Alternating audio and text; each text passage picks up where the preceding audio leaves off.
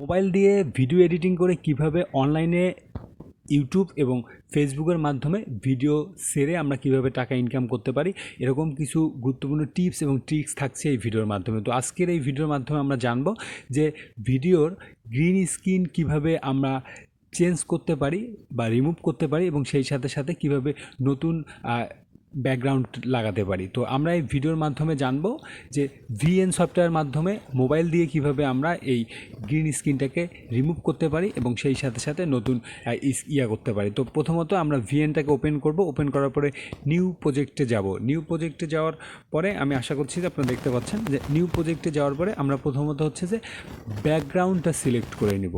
প্রথম যে ইয়াটা আছে, রোটা আছে, এটাতে আমরা প্রথমত ব্যাকগ্রাউন্ড একটা সিলেক্ট করে নেব নিজেদের মতো। ব্যাকগ্রাউন্ড সিলেক্ট হয়ে যাওয়ার পরে আমরা ব্যাকগ্রাউন্ডটাকে ভিডিওর লেন্থ যত বড় তত বড় করে টেনে নেওয়ার ট্রাই করব, অথবা হচ্ছে যে এটাকে ডুপ্লিকেট করে করে দেবো। এরপরে হচ্ছে যে উপরের বারটা গিয়ে আমরা যে ভিডিওটা আর গ্রিন স্ক্রিনটাকে করতে চাচ্ছি সেই ভিডিওটা নিব। সেই ভিডিওটা নিয়ে এই ভিডিওটা আমার মোবাইলের যে পর্দাটা আছে এই পর্দাটাকে আমরা সম্পূর্ণ করে টেনে অ্যাডজাস্ট করে দিব, অথবা হচ্ছে অ্যাডজাস্টে গিয়েও অ্যাডজাস্ট করে দিতে পারি। এরপরে আমরা নিচের যে অপশন আছে, নিচের অপশনে গিয়ে খুঁজব ক্রোমা কি।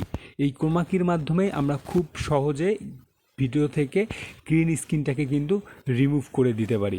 আমি আশা করছি যে আপনারা দেখতে পাচ্ছেন, কারণ অনেক সময় আমাদের নিজের ফুটেজ অথবা বাইরে থেকে যে ফুটেজগুলো আমরা নিব আমাদের ভিডিও এডিটিংয়ের জন্য বা ইউটিউব বা হচ্ছে ফেসবুক চ্যানেলের জন্য, এগুলোতে কিন্তু এই গ্রিন স্ক্রিনটাকে চেঞ্জ করার জন্য আমাদের কিন্তু বিভিন্ন ধরনের সফটওয়্যার ইউজ করতে হবে। তো মোবাইল দিয়ে আমরা যেহেতু ভিএনের মাধ্যমে খুব ইজিলি এই ক্রোমা কির মাধ্যমে এই ব্যাকগ্রাউন্ডটাকে রিমুভ করতে পারছি। ভিডিওর মাধ্যমে আমরা ভিএন সফটওয়্যারের মাধ্যমে আমরা নিচে দেখতে পাবো যে ক্রোমা কি অপশনটা আছে। ক্রোমা কি অপশনটা গিয়ে আমরা ক্রোমা কিটা সিলেক্ট করে দিয়ে এই গ্রিন যে রাউন্ডটা আছে সেটা একটু টেনে স্ক্রিনের মধ্যে দিলেই এখানে ব্যাকগ্রাউন্ডটা রিমুভ হয়ে যাবে। সেই সাথে সাথে আমরা একটু টেনে সামন পিছন করে বারগুলো দেখবো যে কীভাবে কালারটা অ্যাডজাস্ট করা যায়। এভাবে অ্যাডজাস্ট করে আমরা নিচে টিক চিহ্ন আছে, এই টিক চিহ্নের মাধ্যমে টিক চিহ্নতে টিক করে দেওয়ার সাথে সাথেই এটা সুন্দরভাবে রিমুভ হয়ে যাবে। এরপরে আমরা এটা ইউটিউবের জন্য 16:9 সিলেক্ট করে আমরা যদি ভিডিওটা এক্সিকিউট করি তাহলে ভিডিওটার সিনারিও অনেকটা এরকম দেখাবে। ভিডিওটা এতক্ষণ পর্যন্ত যারা দেখছেন দয়া করে লাইক সাবস্ক্রাইব করে দেবেন। ধন্যবাদ সবাইকে।